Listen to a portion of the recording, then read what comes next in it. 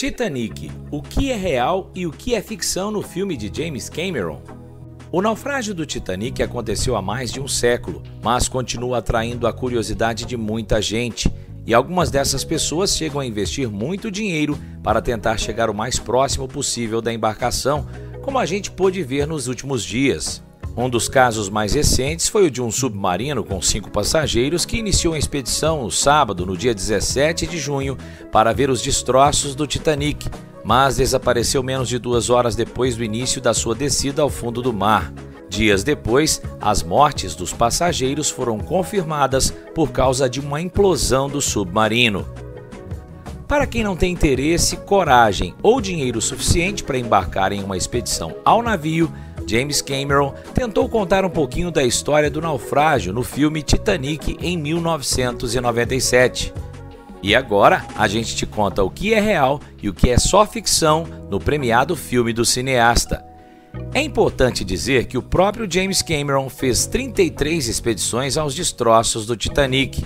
O cineasta é um grande aficionado pelo fundo do mar e já contou que fez o filme porque queria chegar o mais próximo possível do navio.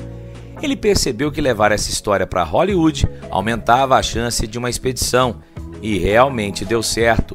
Tanto que o filme é a 4ª maior bilheteria da história e levou 11 estatuetas no Oscar. Todo esse conhecimento conquistado por Cameron pelas dezenas de visitas ao navio também foi usado em outra obra do cineasta, o recente Avatar, O Caminho da Água. Referências: Cameron misturou as duas coisas e usou um romance fictício entre o icônico casal Jack e Rose para contar a história de uma tragédia real. Para isso, trouxe referências do que realmente aconteceu com a embarcação e juntou com a sua criatividade e licença poética. É fato, como todo mundo já sabe, que o navio afundou depois de bater em um iceberg. Mais de 1.500 pessoas morreram no acidente, que aconteceu em abril de 1912. O navio afundou de madrugada por volta das 2h20, e há referências sobre esse horário em cenas do filme, como no relógio que aparece quando a água já toma boa parte da embarcação. Cameron também reproduziu uma imagem da vida real logo no início do filme, quando mostra um garotinho jogando peão no deck do navio. A cena podia ser apenas a ideia de um momento comum na época, mas não. Ela é a reprodução de uma foto feita por um passageiro do Titanic, mostrando o momento de diversão do seu filho de apenas 6 anos de idade. A foto foi preservada porque o pai da família desembarcou em uma das primeiras paradas do navio antes de acontecer a tragédia. Ainda no começo do filme, uma fala dita pela mãe da personagem Rose é um dos maiores mitos em torno da embarcação, segundo alguns estudiosos. Na cena, enquanto eles ainda estão no cais, ela fala que o Titanic é o navio que todos dizem ser a prova de naufrágio.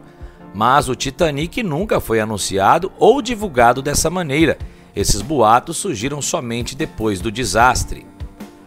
Réplica de um único carro no navio. Outro momento marcante do filme é a cena de sexo entre Jack e Rose dentro de um carro. O veículo utilizado no filme é uma réplica de um Renault Type CB Coupé DeVille de 1912 que foi içado para dentro do Titanic. Ele era o único carro dentro do navio e nunca foi encontrado após o naufrágio. Já o seu dono, o milionário americano William Carter, foi um dos sobreviventes do acidente. Como o navio afundou? James Cameron se mostrou bastante preocupado em chegar o mais próximo da realidade possível, mas sem deixar de trazer a pegada de drama que Hollywood gosta. E essa preocupação aconteceu mesmo depois do filme lançado. O diretor chegou a fazer alguns testes com a ajuda de engenheiros e cientistas para descobrir se a cena em que ele reproduz o momento exato em que o navio se parte ao meio e afunda de vez foi verdadeiro. E nesse ponto há duas questões. Sim, o Titanic realmente se partiu ao meio depois que a parte de trás do navio, a popa, já estava com boa parte submersa. No filme, essa quebra cinematográfica acontece quando o navio já está a quase 90 graus em relação ao mar. Mas estudos mostraram que para acontecer essa ruptura na vida real, a embarcação não precisa mais do que 23 graus de inclinação. Ou seja, o filme mostra sim a realidade, mas dando um tom bem mais dramático. Cameron já disse que, como não dá para saber exatamente o que aconteceu em relação a isso, ele tentou ser o mais preciso que podia na época. Primeiro oficial William Murdoch. Em uma das cenas do filme, o primeiro oficial William Murdoch atira contra alguns passageiros na tentativa de manter a ordem durante o acesso aos botes salva-vidas, mas depois ele se arrepende e atira na própria cabeça. A família do oficial não gostou do que viu e garante que Murdoch nunca faria isso, sabendo que ainda tinha gente para salvar. Além disso, até hoje é considerado um herói por ter conseguido salvar várias vidas naquela noite. E ainda, segundo alguns relatos, nem dava para saber se os tiros ouvidos foram dados para cima ou contra os passageiros. Cameron chegou a explicar que fazia mais sentido para a história colocar naquela cena o cara que era responsável pelo navio, mas ele também já se disse arrependido por ter se empolgado demais com a narrativa sem se preocupar com o impacto que traria para a família. Molly Brown. Há uma outra personagem da história que reflete tudo o que uma passageira viveu na vida real. Molly Brown é inspirada na socialite americana Margaret Brown, que estava no verdadeiro Titanic. Quando o navio começou a afundar, Brown ajudou vários passageiros a embarcar nos botes salva-vidas. E quando ocupou seu lugar em um deles, fez de tudo para que o tripulante voltasse para resgatar mais gente, já que ainda tinha espaço no bote. Isso porque, assim como mostra no filme, os botes, que já não eram suficientes para todos os passageiros, partiam sem estarem completamente cheios. Mas, voltando a Margaret Brown, ela ameaçou jogar o tripulante ao mar se não retornasse para mais resgates. E ainda organizou um comitê para auxiliar os passageiros da segunda e da terceira classe, assim que teve acesso ao navio Carpathia, responsável pelo resgate dos sobreviventes do Titanic.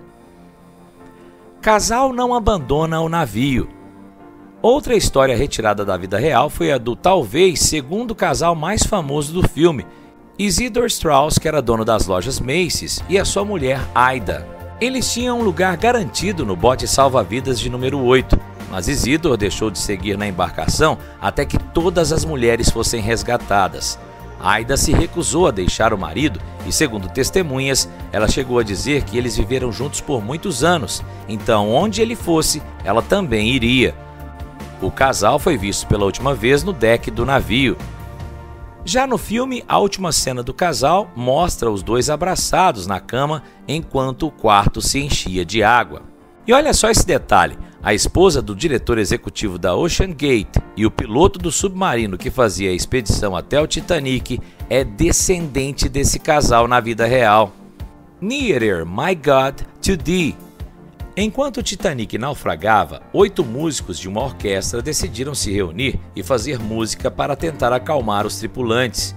Cameron resolveu homenagear os músicos no filme e até hoje, claro, eles são considerados heróis. Essa parte sim é verdadeira. O que não dá para cravar é qual foi a música exata tocada por eles. Há várias versões sobre esse momento, mas a ideia abraçada por Cameron para fazer este registro foi a faixa Nearer My God to Thee, mais perto, meu Deus de ti. Segundo um amigo de Wallace Hartley, líder do grupo, o músico havia dito certa vez que seria a música que ele tocaria se estivesse em um navio afundando. E aí, gostou do vídeo de saber o que foi real e o que foi fictício no filme Titanic de James Cameron? Então comente o que achou, curta, compartilhe e não se esqueça de se inscrever em nosso canal. Até o próximo! Jack Dawson.